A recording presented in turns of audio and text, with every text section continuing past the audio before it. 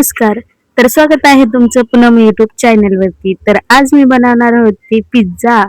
तर इथे मी आणला आहे 0 मैदा पिझ्झा बेस आणला होता आणि मी मैद्याचा नव्हता आणला कारण मी जिम वगैरे ला जाते तर तरी क्रेविंग झाला होता. एक दिवसासाठी आम्ही शनिवारचंच आम्ही फक्त काही वेगळं खातो बाहेरचं, पण घरातच बनवून खातो. बाहेर काही खात नाही, घरातच आम्ही बनवून खातो. मग नंतर इथे एका साईडला मी कांदा चिरायला घेतला आणि मी घरीच प्युरी बनवते.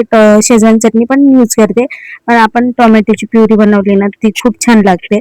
आणि त्याच्यामध्ये तेल, जिरे आणि ठेचून घेतलेला लसूण आणि मग टोमॅटो बारीक चिरून घ्यायचा आहे आणि तो त्याच्यात टाकून द्यायचा आहे आणि मग नंतर मीठ टाकायचंय वरतून आणि झाकण ठेवून द्यायचंय आणि चांगलं पातळ बनवून घ्यायचंय त्याला. मग आपली चटणी बनवून जाते, टोमॅटोची चटणी. आणि एक्सपायर वगैरे काय नव्हतं आमचं. हे पिझ्झाचं बेस मी बघूनच आणते. पिझ्झाचं म्हणजे पिझ्झाच नाही, सगळ्याच गोष्टी मी बघूनच आणते, चेक करून आणते.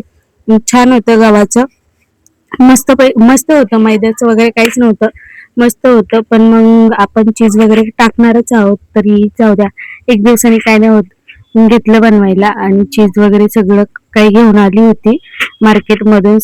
चला आता तयारीला लागूया.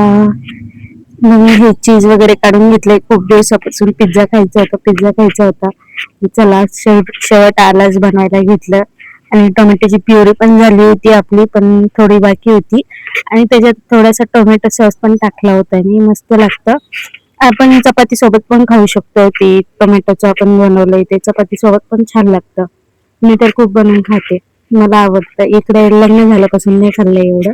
मस्त असं प्युरी झाली आपली, पातळ पैकी झाली, एकदम पातळ करून घ्यायची.